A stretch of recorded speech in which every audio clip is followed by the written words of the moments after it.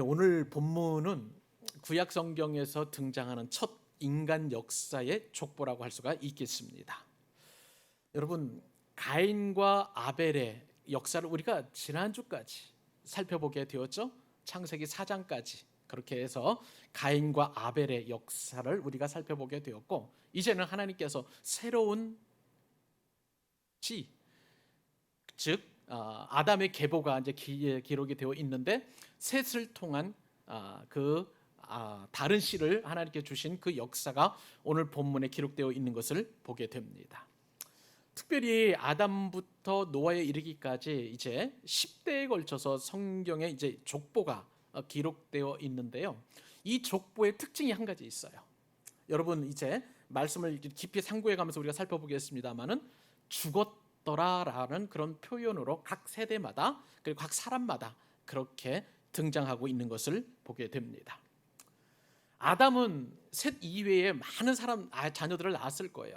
아담의 나이가 거의 굉장히 많은 나이 동안 이렇게 살았기 때문에 그 연수 동안 살면서 많은 자녀들을 낳았을 텐데 하나님께서 아담을 통해서 셋을 낳고, 그리고 그 이후에 딱 10명의 사람만 취하여서 오늘 본문에 기록을 해 놓게 되었고요. 그리고 이제 그 성경의 이 특징을 이렇게 성경에 기록되어 있는 것을 보게 됩니다. 아담도 죽고 셋도 죽고 다 죽었더라라고 이렇게 성경에 기록되어 있는 이유가 있죠. 왜냐하면 죄인이기 때문에 그렇습니다. 죄의 삭은 뭐라고요? 사망이잖아요. 그래서 성경에 기록된 사람은 아담의 후손 누구나 다 죽었더라고 결론을 맺을 수밖에 없는 것입니다. 근데 여러분, 오늘 족보를 우리가 상고해 보면서 비교되는 족보가 하나 있어요. 신약성경 마태복음 1장에도 족보가 기록되어 있는 거 여러분 아시죠? 누구의 족보입니까? 예수님의 족보입니다. 예수님의 족보, 아브라함부터 예수님의 이르기까지 쭉 족보가 기록되어 있는데, 이 신약의 족보의 특징이 있어요. 오늘 본문과 다른 특징인데, 그것은 뭐냐면 낳고 낳았다라는 그러한 특징을 성경에서 기록하고 있는 것입니다. 예수님께서 우리 가운데 오셨어요. 그리고 그 예수 그리스도를 낳기까지 모든 사람들은 낳는 생명의 역사가 신약 성경 마태복음 족보에 기록되어 있다는 것입니다. 여러분, 신약 성경은요, 낳는 족보입니다. 믿으시면 아멘. 왜요?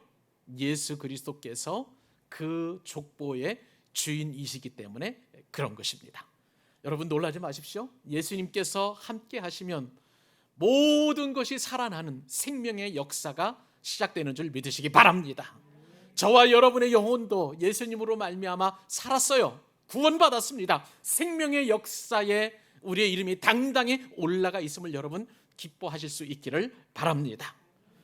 여러분, 예수님의 족보를 가만히 보면은요, 낳을 수 없는, 생명이 이루어질 수 없는 그 족보도 기록되어 있는 것을 여러분 기억하실 수 있을 거예요. 아브라함이 이삭을 낳았잖아요. 몇 살에 낳았습니까? 100세에 낳았어요.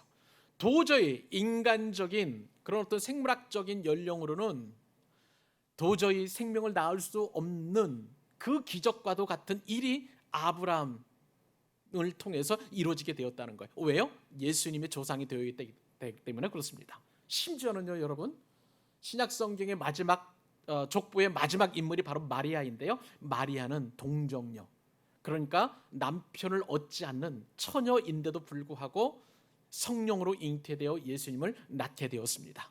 불가능을 가능케 하시는 하나님의 능력이 바로 이 신약의 족보 가운데 기록되어 있다는 사실입니다. 여러분, 예수 그리스도 안에 있으면 우리는 낳는 인생을 살게 될 줄로 믿습니다. 불가능이 가능케 된다는 거예요. 여러분, 우리를 이처럼 낳게 되는 생명의 역사를 주시는 주님을 우리가 끝까지 찬양하고 주님만을 붙들어야 할 줄로 믿습니다. 여러분 보세요. 심지어는 결혼하지 않은 바울도 낳는 은혜가 있었어요. 여러분 기억하시죠? 내가 수고로이 많은 성도들을 낳았다. 바울은 고린도 교회에 편지하면서 그런 이야기를 하게 되었고요. 심지어는 영적인 아들 오네시모죠? 오네시모를 낳았다라고 그렇게 바울은 이야기합니다. 저와 여러분들도 생명을 낳는 역사를 할 수 있는 거예요. 누구 때문에요? 누구 덕분에요? 예수님 덕분에. 사랑하는 여러분들을 축복합니다. 예수 그리스도로 말미암아 낳는 은혜가 있기를 축복합니다. 예수님으로 말미암아 정말 생물학적인 잉태의 축복도 있기를 바라고요. 예수 그리스도의 은혜로 말미암아 영적인 자녀들도 많이 낳는 우리 광교 사랑의 교회 예배자들 될 수 있기를 주님의 이름으로 축복합니다. 근데요, 여러분, 오늘 본문에서 우리가 깊이 생각해 볼 것은 뭐냐면요, 예수 그리스도 밖에 있는 사람들 혹은 하나님을 떠난 사람들, 가인과 그 후손들은 이 거룩한 생명을 낳는 계보에 들 수 없다는 거예요. 그러니까 예수님을 떠나가면, 하나님을 떠나가면 우리는 이처럼 낳는 그런 일을 할 수가 없다는 거고요. 그리고 그 거룩한 족보에 이름을 올릴 수 없다는 것입니다. 저와 여러분들은 오늘 말씀을 들으면서요, 우리의 이름이 저 거룩한 족보에 들어있음에 감사하게 될 줄로 믿습니다. 그리고 이 거룩한 계보에 든 자답게 우리는 해야 할 일이 있어요. 뭐냐면 하나님을 기쁘시게 하는 일이에요. 하나님을 기쁘시게 하는 이 거룩한 일을 위하여 저와 여러분들에게 오늘 이 말씀을 주시는 줄로 믿으시기 바랍니다. 그래서 여러분, 우리는 거룩한 계보에 든 자답게 하나님을 기쁘시게 하는 일을 우리가 힘써 감당하며 하나님께 영광을 올려드리는 복된 인생이 될 수 있기를 우리 주님의 이름으로 축복합니다. 자, 오늘 제목을 보니까 여러분, 제목이 뭐예요? 하나님을 기쁘시게 하는 구속사 계보라고 제가 제목을 잡아드렸습니다. 자, 그러면 여러분, 이것이 무엇인지 좀 이따 설명을 해드릴 거고요. 우선 자, 첫 번째 교훈이 뭐냐면, 어떻게 하면 우리가 하나님을 기쁘시게 하는 거룩한 구속사의 계보에 오를 수 있을까? 첫 번째 교훈은 뭐냐면 하나님에게서 시작된 사랑의 구속사 계보인 것이죠. 저와 여러분은 내 스스로 거룩한 계보에 들어갈 수 있는 것이 아니라 하나님으로부터 시작된 그 사랑으로 말미암아 우리는 구속사의 계보에 들어갈 수 있음을 여러분 꼭 기억하실 수 있기를 바랍니다. 자, 오늘 말씀을 보니까 자, 이 창세기 저자 여러분 상식적으로 누구이죠? 모세입니다. 모세가 이제 창세기 4장까지 가인과 그 후손의 비참한 역사를 다 기록해서 이제 마무리가 되었어요. 그런 다음에 창세기 5장에서 다른 씨를 주시겠다 약속하신 그 약속대로 이제 셋을 주시고 셋을 통해서 이어지는 10대에 걸쳐 이루어지는 역사를 쭉 기록하고 있는 것을 보게 됩니다. 자, 그런데 모세는 이 아담의 계보, 아담으로부터 그리고 오늘 본문의 그 맨 마지막에 나오는 누구죠? 네, 노아죠. 노아까지 10대의 그런 세대를 기록하면서 각각 사람 한 사람씩을 이렇게 기록을 하게 되었는데, 그런데 그 기록하면서 수많은 사람들 가운데 한 사람씩을 10명만을 추려서 소개하고 있는 것을 보게 돼요. 우선 본문에서 1절부터 4절까지 소개되어 있는 사람들을 우리가 먼저 한번 살펴보도록 하십시다. 같이 한번 또 읽어볼까요? 자, 시작. 이것은 아담의 계보를 적은 책이니라.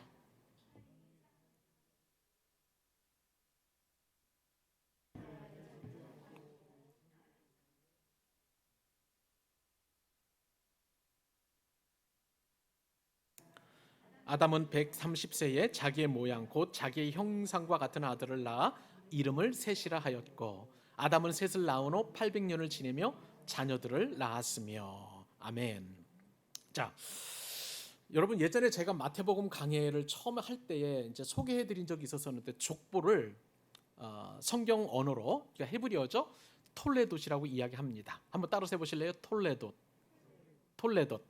예. 이런 것들은 여러분 그 상식적으로 알아둬도 굉장히 좋은 단어입니다. 그러니까 성경에서 나오는 족보를 이제 성경 언어로 톨레돗이다 그렇게 이야기한다는 것이죠. 창세기에 보면은요, 여러 족보들이 나와요.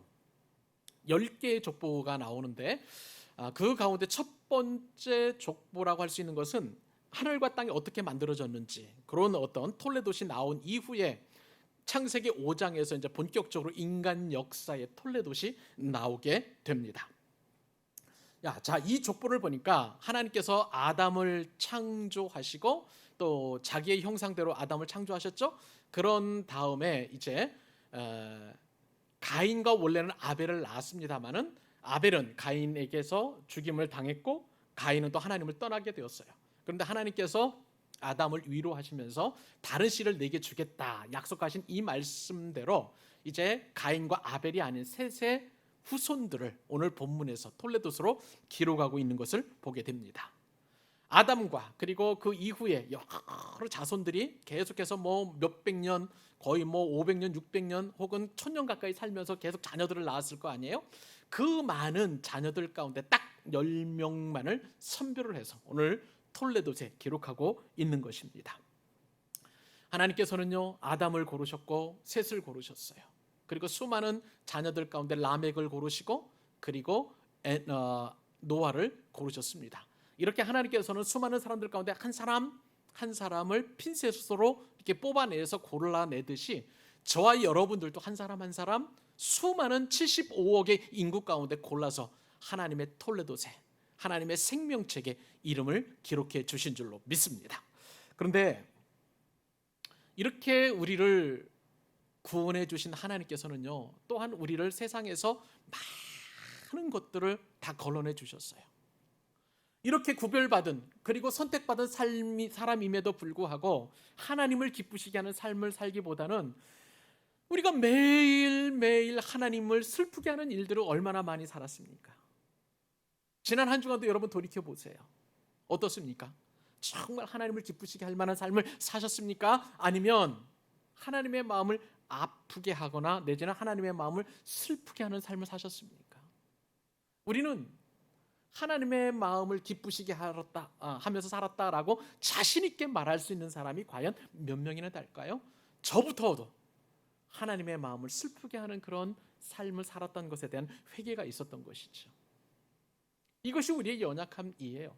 그런데 여러분 보세요. 하나님은 그 많은 것들을 다 걸러내시고 다 빼시고 그리고 하나님께서는 우리를 구원하셔서 사랑하셔서 우리로 하여금 세상에서 승리할 수 있도록 그렇게 은혜를 주셨다는 사실입니다. 여러분 이것이 바로 하나님의 은혜예요. 하나님께서는요 이처럼 세상의 많은 것들을 다 걸러내시고 우리로 하여금 구속사의 계보에 오를 수 있도록 그렇게 은혜를 주셨다는 것입니다. 근데 여러분 제가 지금 무슨 말을 했냐면 구속사의 계보, 구속사의 족보라는 단어를 썼습니다. 여러분 성경에서 보면은 구원이 아닌 구속사의 계보에 대해서 특별히 말씀하시는 부분이 많아요. 자, 여러분 그럼 구속이라는 게 무엇입니까? 교환에 여러분 설명을 해드렸는데 이 구속이라는 말은 영어로 리뎀션이라는 단어를 씁니다. 구원, 솔베이션이 아니에요. 리뎀션이에요. 이것은 뭐냐면은요, 예수 그리스도께서 저와 여러분의 속죄의 제물이 되어서 우리를 구원하신 그 놀라운 하나님의 은혜를 덧입은 사람, 그런 사람을 일컬어서 우리를 구속하셨다라는 그런 단어를 씁니다. 저와 여러분은 예수님의 그 희생 제물 되신 그 은혜로 말미암아 우리의 모든 죄는 용서함 받았고 당당하게 하나님의 생명책의 이름이 기록되어 있는 거예요. 그러므로 여러분 두려워하거나 염려하지 마십시오. 우리는 구속의 은혜를 늘 잊어버릴 때가 있어요. 내가 정말 구원받은 사람인가? 구속받은 사람인가? 그럴 때 여러분 꼭 기억하실 것은 뭐냐면요, 하나님께서 세상의 모든 인류 가운데에서 선택하고 고르셔서 이처럼 구속사의 계보에 10명의 사람을 올린 것처럼 예수 그리스도의 그 피 묻은 희생 제물로 말미암아 우리를 구속하셔서 하나님의 생명책의 이름을 기록하셨다는 사실이에요. 이것이 저와 여러분의 기쁨이 될 수 있기를 바랍니다. 이것이 저와 여러분의 행복이 될 수 있기를 바랍니다. 이것이 저와 여러분이 하나님을 예배하는 이유가 되어야 될 줄로 믿습니다. 이 구속의 은혜를 날마다 기억하시면서 구속의 은총을 찬양하는 여러분 되실 수 있기를 바랍니다. 근데 여러분 오늘 본문을 잘 보시면 이 구속사의 계보라고 말씀을 드렸는데 결국은 이 족보를 통해서 예수 그리스도께서 이 땅에 오시잖아요. 그렇기 때문에 이 족보는 구속사의 계보라고 할 수가 있겠는데, 자 그런데 여러분 이 구속사의 계보가 출발점이 어디 있는지 잘 보시기 바랍니다. 1절에 보면 아담의 계보를 적은 책이니라 라고 그렇게 선포하면서도 출발점이 어딘지를 분명하게 모세는 이야기하고 있습니다. 1절에 보니까 하나님이 사람을 창조하실 때에 하나님의 모양대로 지으시되 남자와 여자를 창조하셨고, 쉽게 말하면요, 저와 여러분이 지금 생명책에 이름이 올라가 있고, 또 그리고 아담과 셋과 라멕과 노아에 이르기까지 10명의 사람들이 이 구속사의 계보에 올라가 있는데, 구속사의 출발이 어디냐는 거예요. 여러분, 구속사의 출발은 하나님이심을 믿으시기 바랍니다. 사람이 아니에요. 아담이 아니에요. 하나님께서 친히 이 구속사의 계보의 시발점이 되어 주셔서 저와 여러분을 구원하시고, 그리고 예수 그리스도의 피 묻은 그 은혜로 인하여 우리를 구속하여 주셨다는 거예요. 구속사의 계보는 하나님이십니다. 하나님 아니면 이 계보는 출발할 수가 없는 거예요. 저와 여러분을 구원하신 그 은혜는 하나님의 은혜로부터 시작이 됩니다. 사람이 절대 아닙니다. 나의 공로, 그리고 우리 부모님의 모태신앙이신 우리 부모님의 기도 아니에요. 하나님의 절대적인 은혜인 것입니다. 그러므로 여러분, 우리가 찬양하고 우리가 감사해야 될 분은 하나님이세요. 나를 구속사의 계보에 오르게 하신 그 하나님의 은혜를 우리는 날마다 기억하면서 찬양해야 될 줄로 믿습니다.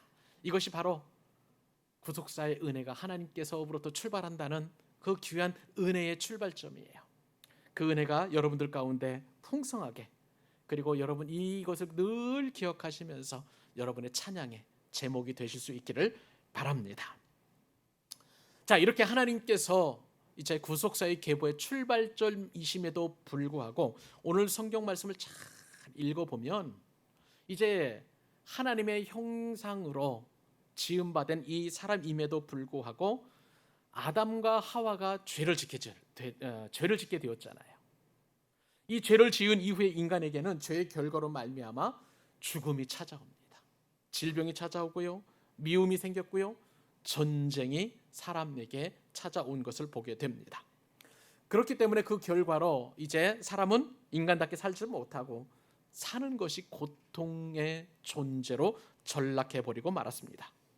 그래서 하나님께서는요, 이러한 죄의 결과로 말미암은 가인과 그 후손의 계보를 다 빼버리고 새로운 계보를 만드셨죠. 그것이 바로 셋의 자손이었던 것입니다.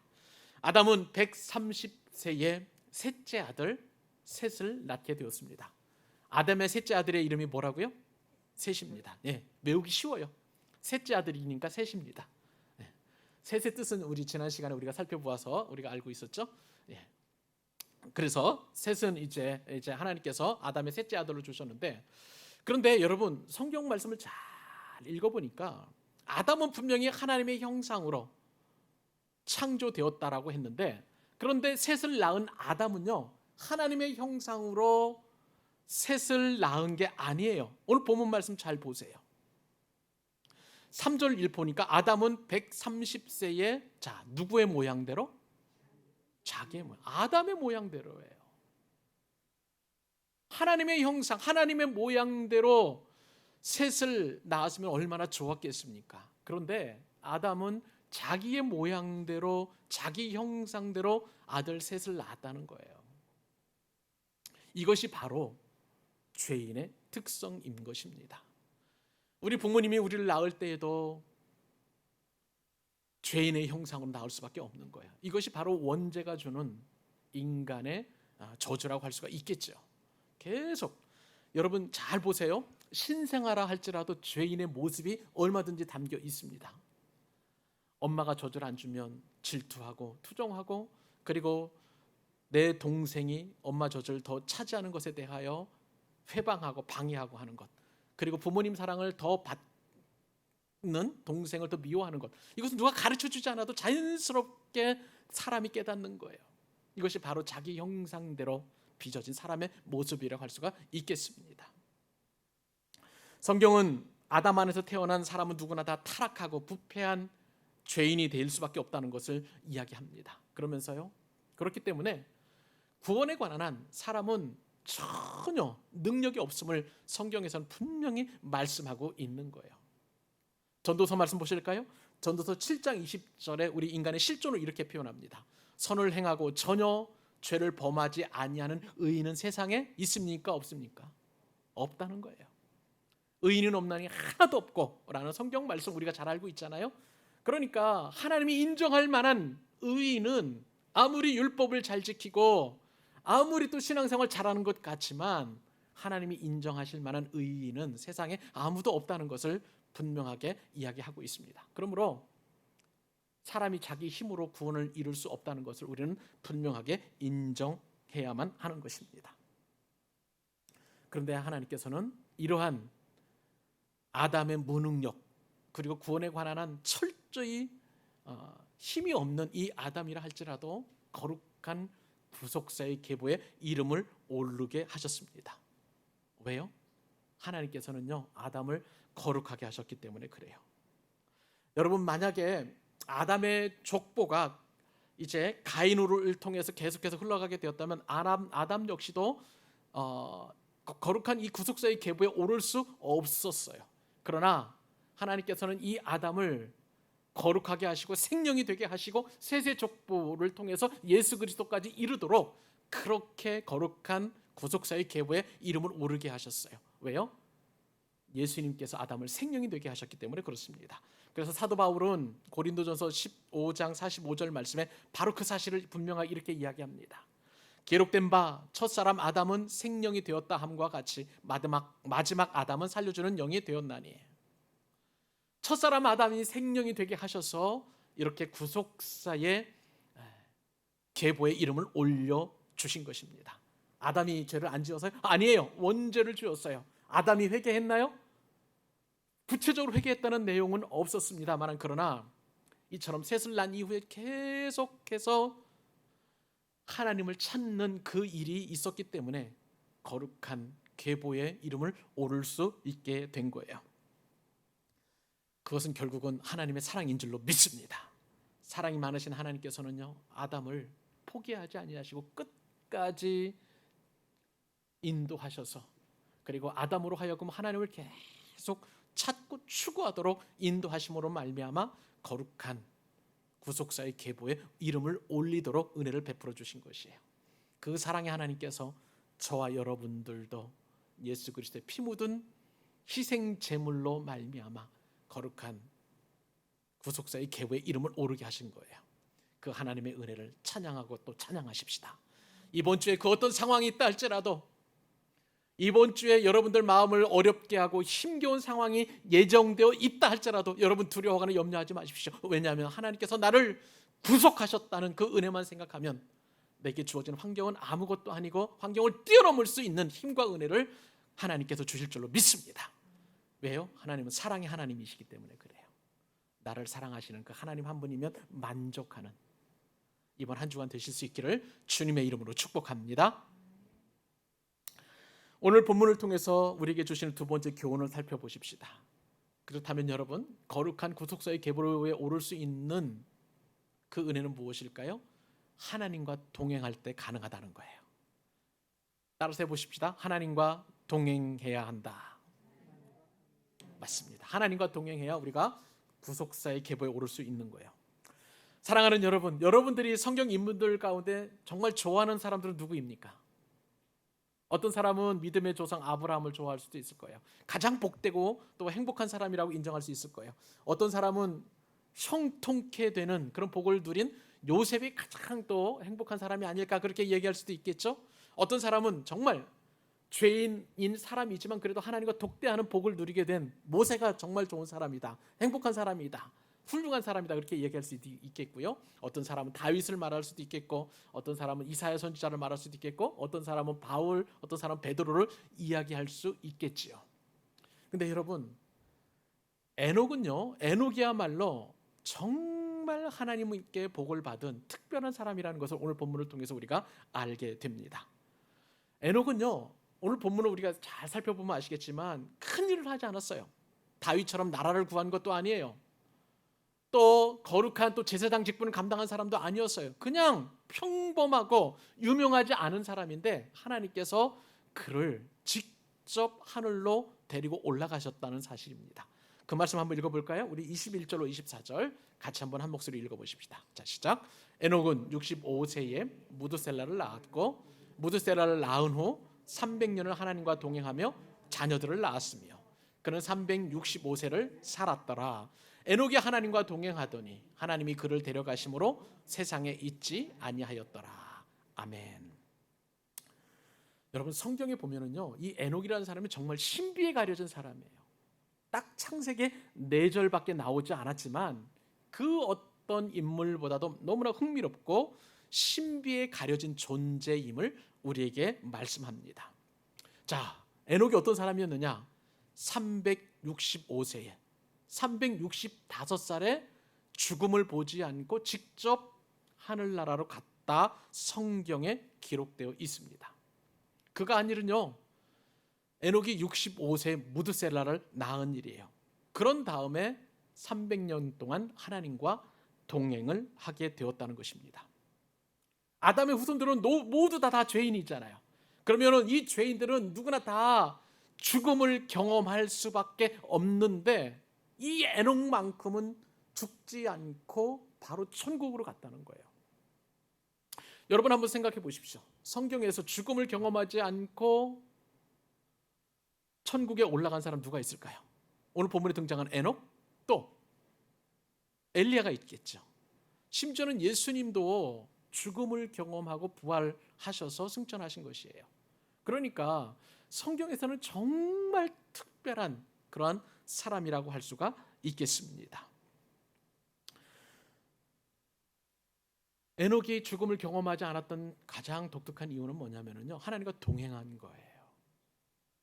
이 동행하다는 말이 히브리 단어로 동사로 할라크라는 단어를 쓰는데요. 이 할라크는 구약에서 1562번이나 사용될 정도로 굉장히 평범한 단어입니다. 쉽게 말하면 이 할라크는 걷는다는 거예요. 그리고 가다라는 그런 뜻을 가지고 있습니다. 말씀을 드린 대로 에녹은 300년을 주님과 함께 걸었어요.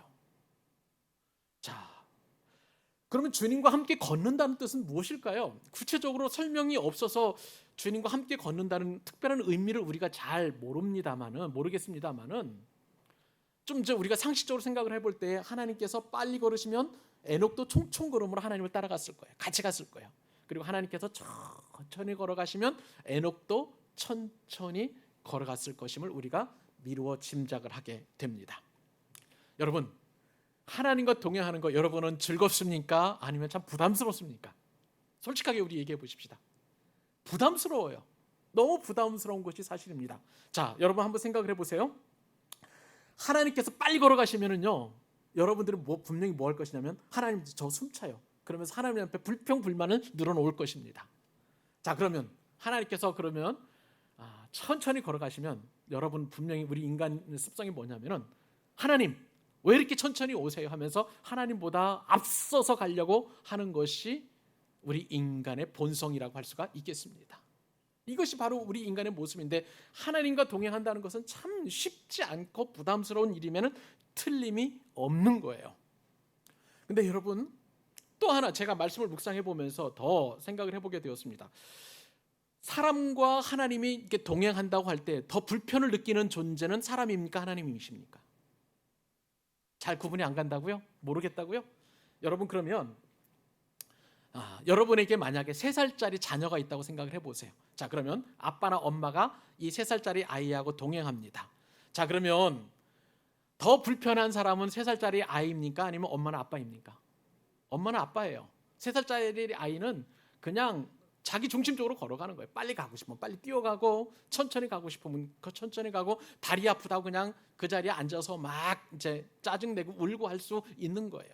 사실 하나님과 사람과 동행할 때에 더 불편한 존재는 바로 하나님이시라고 할 수가 있겠습니다. 그런데 그럼에도 불구하고 에녹은 무려 300년 동안이나 하나님과 동행하게 되었던 거예요.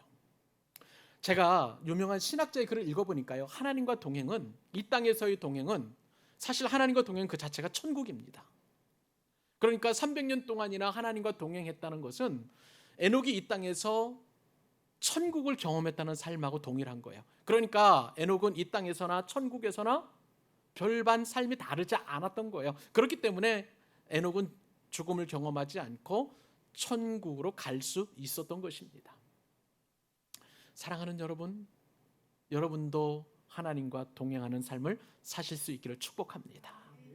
하나님이 가자 하시면 같이 가시고요, 하나님이 멈추라 하시면, 그리고 쉬자 하시면 쉬시고, 하나님께서 또한 어느 곳에 가자 말씀하시면 그대로 순종하는 에녹과도 같은 여러분 되실 수 있기를 바랍니다. 하나님과의 동행은 우리에게 큰 은혜예요. 창조주께서 나와 같은 죄인과 동행하신다는 것은, 이것은 기적 중의 기적이라는 사실을 여러분 믿으시기 바랍니다. 이것은 우리에게 놀라운 기적과도 같은 일인 것입니다. 근데 여러분, 하나님과의 동행이 더 큰 은혜인 것은 성경에 면밀히 보니까 에녹이 유명한 사람이 아니라는 사실이에요. 저와 여러분처럼 너무나 평범한 사람이었다는 것에 우리가 큰 은혜를 받습니다. 다윗처럼 나라를 구한 것도 아니에요. 가인처럼 자기 자신을 위해서 높은 성벽을 쌓고 업적을 만든 그런 사람도 아니라는 거예요. 그냥 에녹에 대한 설명은 성경에서 그냥 단지 300년 동안 하나님과 동행했다는 사실인 것입니다. 여기서 우리는 큰 은혜를 받습니다. 믿음이라는 것은 무엇이냐? 뛰어난 업적을 남기는 게 아니라는 것입니다. 세상에서는 권력을 가졌거나 돈이 많거나 혹은 유명한 사람이 훌륭하다고 생각합니다. 그런데 오늘 말씀을 보니까 우리가 훌륭하지 않아도, 돈이 없어도, 많이 배우지 않아도, 평범한 그런 사람이라 할지라도 하나님과 동행하기만 하면 하나님 나라로 갈 수 있다는 은혜를 저와 여러분들에게 주시는 것을 보게 됩니다. 이렇게 평범한 사람이 바로 에녹인데요, 그런데 이 에녹이 한 가지 일은 했습니다. 이 에녹에 관한 일을 믿음의 장이라고 할 수 있는 히브리서 11장 5절에 보면 이렇게 표현합니다. 믿음으로 에녹은 죽음을 보지 않고 옮겨졌으니, 그 다음에 같이 한번 읽어볼까요? 하나님이 그를 옮기심으로 다시 보이지 아니하였느니라. 정말 그 다음에, 이것이 정말 중요합니다. 그는 옮겨지기 전에, 아멘. 다시 한번, 그는 옮겨지기 전에 하나님을 기쁘시게 하는 자라 하는 증거를 받았느니라. 여러분, 에녹이 한 일은 뭐예요? 큰 일을 한 게 아니에요. 엄청난 일을 한 게 아니에요. 그냥 단지 하나님을 기쁘시게 하는 일을 했다는 사실입니다. 사랑하는 여러분, 우리도 에녹처럼 큰 일을 하려고 하지 마시고요, 하나님을 기쁘시게 하는 사람이 되기를 주님의 이름으로 축복합니다. 믿음의 사람이란 별거 아니에요. 하나님을 기쁘시게 하는 것입니다. 성경은요, 믿음이 없이는 하나님을 기쁘시게 할 수 없다고 분명하게 이야기합니다. 믿음이 없이는 하나님을 기쁘시게 못하나니 하나님께 나아가는 자는 반드시 그가 계신 곳과 그를 찾는 이에게 상 주시는 이심을 믿어야 할지니라. 이것이 믿음의 본질이에요. 만약에 에녹은 어떻게 하나님을 기쁘시게 할 수 있었을까요? 여러분 생각을 한번 해보세요. 어떻게 하나님을 기쁘시게 할 수 있을까요? 제가 묵상하고 제가 깨달은 것은요, 에녹은 300년 동안 한결같았다는 거예요. 무슨 얘기입니까? 하나님과 동행했는데, 그 동행 하나님을 기쁘시게 하는 일이었는데요, 에녹은 비가 오나 눈이 오나 바람이 부나 늘 하나님 편에 서고 하나님과 함께 하기를 좋아했다는 거예요. 그러니까 이것이 바로 하나님을 기쁘시게 하는 일이었다는 것입니다. 그런데 여러분, 더 놀라운 사실 하나 있어요. 말씀을 자세히 보니까 에녹이 처음부터 하나님과 동행하거나 하나님을 기쁘시게 한 것이 아니라는 거예요. 언제부터냐? 무드셀라를 낳은 후부터예요. 무드셀라를 65세에 낳았는데요, 그리고 무드셀라를 낳은 이후에 300년 동안이나 하나님과 동행했습니다. 여러분, 우리는 흔히 자녀를 낳은 다음에는요, 하나님과 동행하는 것, 하나님을 기쁘시게 한다는 것 쉽지 않다는 것을 우리가 알게 됩니다. 자녀를 낳고 지금 자녀를 양육하고 있는 이슬이나 아니면 우리 김소연 자매하고 가끔씩 통화할 때가 있어요. 그런데 그 육아의 어려움, 얼마나 힘든지, 낮밤이 바뀌어가지고 자꾸 먹을 것을 달라고 칭얼대는 이 아이에게 젖을 주고, 그 다음에 쉼을 주고, 그 다음에 기저귀 갈아주고 하는 일들이 보통 어려운 일이 아니에요. 분명히 하나님과 동행하는 그 기쁨이 어렵다고 이야기하고 있었습니다. 근데 여러분, 오늘 본문을 자세히 보니까 자녀를 낳은 이후에 오히려 하나님과 동행할 수 있는 더 좋은 기회라는 것을 알게 됩니다. 사랑하는 여러분, 우리는 이렇게 이야기할 수 있어요. 교회에 봉사하거나 하나님을 기쁘시게 하는 일에 대하여 권면을 하게 되면 나중에 애기 다 키운 이후에요, 내가 나중에 은퇴한 이후에 시간이 많이 남을 때에 그렇게 하겠습니다라고 이야기할 때가 있는데, 아니라는 거예요. 지금 바로 하나님을 기쁘시게 할 수 있다는 것을 성경 오늘 본문 말씀을 통해서 이야기하고 있는 것을 보게 됩니다. 제가 지난주 화요일 날 이제 노방전도를 지금도 계속해서 하고 있는데요.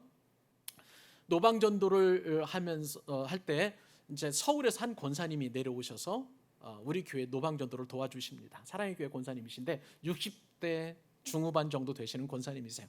그 권사님께서 하시는 말씀이 내가 조금만 더 젊어서, 내가 아예 젊었을 때부터 이 전도하는 일을 내가 했었으면 얼마나 더 좋았을까, 그렇게 말씀을 하셨습니다. 여러분, 하나님의 일은, 하나님을 기쁘시게 하는 일은 먼 훗날 내가 할 수 있는 일이 아니라는 거예요. 지금 해야 된다는 거예요. 그렇지 않으면 후회할 날이 있고 또 아쉬워할 때가 있을 수 있다는 것입니다. 병든 몸이거나 아니면 내가 아무것이 없어도 그냥 하나님과 동행하기만 하면 그것은 믿음으로 하나님을 기쁘시게 한다는 거예요. 그러므로 사랑하는 여러분, 하나님을 위해서 큰 일을 하려고 하지 마시기를 바랍니다. 지금 이 순간부터 하나님을 위해 큰 일을 한다고 한다면 오히려 병이 날 수도 있어요. 대신 하나님과 동행할 수 있기를 축복합니다. 하나님과 동행은 뭡니까? 그저 아침에 일어나서 하나님 앞에 감사의 기도를 드리고요, 그리고 또 여러분이 집을 떠나거나 또 회사에 들어가거나 사업장을 또 시작하거나 모든 일을 할 때에 기도하는 것, 그리고 그다음에 어디를 가기 전에 또 그곳에 도착해서 제일 먼저 해야 할 일은 일이에요. 이것은 기도예요. 쉬지 말고 기도하라는 말씀, 그것이 바로 하나님과 동행하는 방법이에요. 범사에 감사하는 것, 이런 것, 모든 것들이 하나님과 동행하는 것입니다. 그리고 매일매일 우리 교회 주보에 있는 것처럼 하나님의 말씀을 꾸준히 읽어가는 것, 이것이 바로 하나님과 동행하는 것입니다. 그러므로 여러분, 거대한 일, 거창한 일보다 이처럼 작고 소소하지만 그러나 나의 영혼이 하나님을 기쁘시게 할 만한 그 일을 먼저 시작하실 수 있기를 바랍니다. 올 한 해가 얼마 남지 않았어요. 여러분, 지금도 늦지 않았습니다.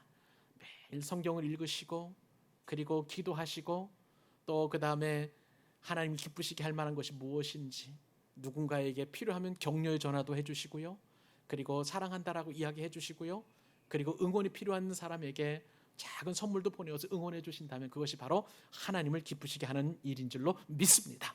그것보다도 하나님께서 가장 기뻐하시는 일은 한 영혼을 구원하는 거예요. 수포에, 그 다음에 아파트 경비, 그리고 여러분들과 만나는 모든 사람들에게 예수 그리스도의 복음을 전하십시오. 이것이 바로 하나님을 기쁘시게 하는 일입니다.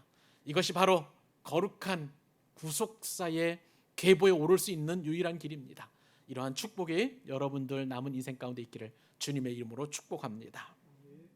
마지막으로 구속사의 계보에 오를 수 있는 사람이 어떤 사람인가? 인내하는 사람이라는 거예요. 세 번째 교훈입니다. 인내하는 사람. 자, 오늘 본문에 보니까 하나님을 기쁘시게 하는 사람들이 있는데요.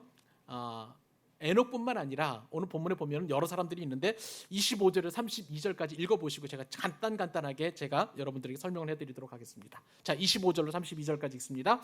무드셀레는 187세에 라멕을 낳았고 그는 969세를 살고 죽었더라. 라멕은 182세에 아들을 낳고 이름을 노아라 하여 이르되 여호와께서 땅을 저주하심으로 수고롭게 하는 우리를 이 아들이 위안하리라 하였더라. 라멕은 노아를 낳은 후 595년을 지내며 자녀들을 낳았더라. 그는 777세를 살고 죽었더라. 노아는 500세 된 후에 셈과 함과 야벳을 낳았더라. 성경에서 가장 오래 산 사람 여러분 오늘 본문에 나오죠? 누구입니까? 무드셀라예요. 무드셀라는 몇 살이요? 965세입니다. 이 무드셀라는 누구의 아들입니까? 에녹의 아들이었던 것입니다. 자, 여러분, 무드셀라가 장수할 수 있는 비결은 뭐냐면요, 그 이름대로 살았기 때문에 그래요. 무드셀라는 창 던지는 자입니다. 뜻이요. 근데 여러분, 고대 근동에서 이 창을 던지는 사람은 마을을 지키는 최후의 보루예요. 그러니까 적군이 쳐들어왔었을 때 맨 마지막에 마을을 지키는 이 창 던지는 사람에 의해서 이제 그 마을의 안위가 결정이 되는 거예요. 이것은 뭐냐면요, 에녹이 무드셀라를 낳으면서 이름을 지을 때에 어떤 생각을 가지고 있었었냐면, 무드셀라가 정말 인류의 타락을 지킬 만한 그런 사람이 되었으면 좋겠다는 그런 마음을 에녹이 가지고 무드셀라에게 이름을 그렇게 지어준 거예요. 그러니까 여러분, 무드셀라는 거의 1000년 가까이를 쭉 살아가면서 이러한 하나님의 마음을 가지고 있었다는 거예요. 무드셀라가 뭔 일을 한 것은 아니었습니다. 그러나 에녹은 인내하면서 하나님께서 무드셀라를 통해서 구원을 이루실 것에 대한 기대를 가지고 있었다는 것을 보게 됩니다. 그만큼 인내가 너무나 중요하다는 것을 에녹도 알았고요, 무드셀라도 알게 되었던 것입니다. 그런데 이 무드셀라는 187세에 라멕을 낳고, 라멕은 182세에 노아를 낳게 되었습니다. 그리고 노아가 600세가 되었습니다. 근데 여러분, 그때까지도 사람들은 회개하지 않았어요. 여러분 잘 아시죠? 우리가 곧 살펴보겠습니다만은 노아의 때에 홍수가 이루어져서 모든 사람들이 다 전멸하게 되는 것을 보게 됩니다. 노아의 홍수로 인해서 무드셀라도 죽게 되는 거예요. 여기 보면 인내의 사람들이 몇 사람이 나옵니다. 에녹, 무드셀라, 그리고 라멕입니다. 라멕은요, 여러분, 우리가 예전에 살펴보았던 가인의 아들 후손 가운데 라멕이 있었잖아요. 라멕은요, 그때에 강한 자라는 뜻인데, 원래는 그래서 칼의 노래를 불러서 가인을 죽인 자는 벌을 7배나 받겠다고 하나님께 약속해 주셨는데, 그것을 자기 나름대로 해석을 해가지고 나를 죽이는 자는 벌을 77배나 받겠다라고 하면서 완전히 복수할 것에 대한 노래를 하는 그러한 엄청난 살인자였습니다. 근데 이 라멕과 달리 오늘 본문에 등장하는 이 라멕은 그러한 가인의 후손의 라멕과 다른 사람이 있죠. 아담의 후손, 셋의 후손 라멕인 것입니다. 라멕은요, 오늘 본문에서 좀 안타까운 노래를 부르게 돼요. 어떤 노래를 부르게 되냐면, 여호와께서 땅을 저주하셨다는 거예요. 그러니까 얼마나 그가 궁핍하게 살았는지 알죠. 농사를 져도 농사의 결실을 맺을 수 없으니까 참 빈곤하게 살았던 거예요. 그렇게 빈곤하게 살고 어렵게 삶에도 불구하고 라멕은 자녀들을 낳았고요, 그리고 라멕의 후손 가운데 노아가 있었다는 거예요. 라멕도 어려움 가운데서 오랫동안 인내해서 이처럼 구속사의 계복에 오르게 되었고요, 그 다음에 제일 또 인내한 사람은 노아인 것입니다. 노아는요, 다른 사람들은 보면 보통 200세 이쪽 저쪽에서 자녀들을 낳습니다. 근데 노아는요, 자녀를 낳을 때 그의 나이가 500세였던 거예요. 500년이나 참고 기다리면서 그렇게 함과 삼과 셋과 야벳을 낳았다는 것을 보게 됩니다. 결국은 여러분, 인내하는 사람이 구속사의 계보에 오르게 된다는 사실이에요. 사랑하는 여러분, 이번 한 주간도 여러분들에게 인내할 것은 무엇입니까? 하나님께서 나에게 인내하라고 말씀하시면 그것이 나에게 주시는 구속사의 계보에 오르는 복이 되는 줄 믿으시기 바랍니다. 분명한 것은 인내하면 하나님께서 역사하세요. 하나님께서 축복하십니다. 하나님께서 반드시 그 인내에 대한 결실을 맺게 하십니다. 인내하는 사람이 승리하는 거예요. 여러분, 조금 더 인내하시고 하나님께서 여러분들을 향하신 놀라운 뜻을 이번 한 주간도 이루어 가시기를 우리 주님의 이름으로 축복합니다.